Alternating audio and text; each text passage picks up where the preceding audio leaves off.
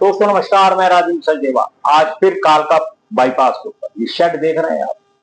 ये शेड भी नहीं रह गया, ये बिल्डिंग खड़ी कर दी गई। कहते हैं कि ये हमारी जमीन है। यार हम कहां कह रहे हैं कि हमारी है? आपकी जमीन है, आपकी ही रहेगी और रहनी भी चाहिए आपकी। साहब ये एग्रीकल्चर लैंड हो सकती है, इसको आपने कमर्शलाइज करने के लिए अलाउ कर दिया। किससे पूछ के किया?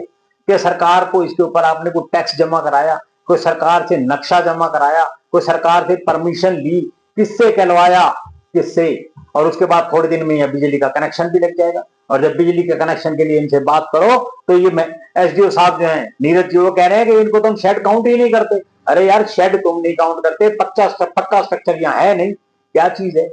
कौन सा वार्ड ऐसा है जिसके अंदर इस तरीके के घपलेबाजियां नहीं हो रही?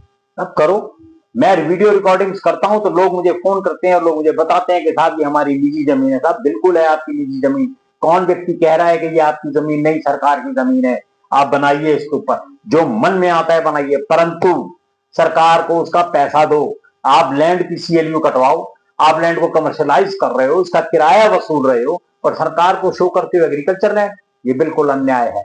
एमए साहब आप थोड़ा चौकस रहें, क्योंकि जब इस बारे में आपसे बात की गई थी, जब ये बन रहा था, हमने वीडियो पोस्ट किया था और आपने मुझे क्या कहा कि हमने इसको नोटिस दे दिया, जल्द कार्रवाई होगी। क्या महाराज कहां बैठे?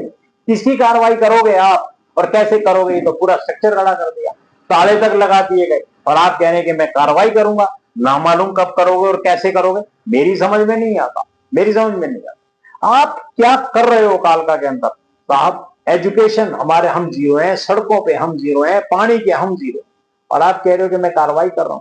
आपके दायरे में जो चीजें आती हैं आप उसी के ऊपर कार्रवाई करें। आप सड़कें अच्छी बनवा दें, यही बहुत अच्छी बात। आप इस तरीके के लोग जो इस तरीके का एक अनकॉन्स्टिट्यूशनल काम कर रहे हैं, इसके ऊपर थोड़ी रोक लगवा दें। चलो सरकार के भी दायरे रहे होंगे, कुछ आपके भी दायरे हैं, नेताओं के भी दायरे होते हैं, उन्होंने भी इलेक्शन लड़ना होता है, पैसा चाहिए होता है। मैं मानता हूं, आपकी बात मान ली गई। लेकिन सर जब ये व्यक्ति इसका किराया खाएगा या इसके ऊपर कमर्शियल एक्टिविटी करेगा तो सरकार कहां जाएगी? कहां से निकलेंगी आपकी तनख्वाहें? कहां से बनेंगी सड़कें? और कैसे होगी एजुकेशन का सिस्टम खड़ा हमारा? सब फॉल्ट है। आपको सिर्फ अपनी तनख्वाह से मतलब है। आप कहते हो मेरी तनख्वाह मेरी जेब में आ जाए, मुझे कोई फर्क नहीं पड़ता। कहां है आपके जेई? कहां है साहब की जेई? और सबसे बड़ी बात, जिस भी वार्ड के अंदर कालका परिषद के अंदर ऐसी हरकत होती है, मेरा एक निवेदन है, वहां के एमसी को तुरंत जवाब देना चाहिए। इस बातों को करा के प्रेस कॉन्फ्रेंस करे या कुछ भी करे, एक जवाबदेही तय होनी चाहिए। और पुलिस के लोगों को भी है कि ऐसे व्यक्तियों के ऊपर आपको केस फाइल करना चाहिए।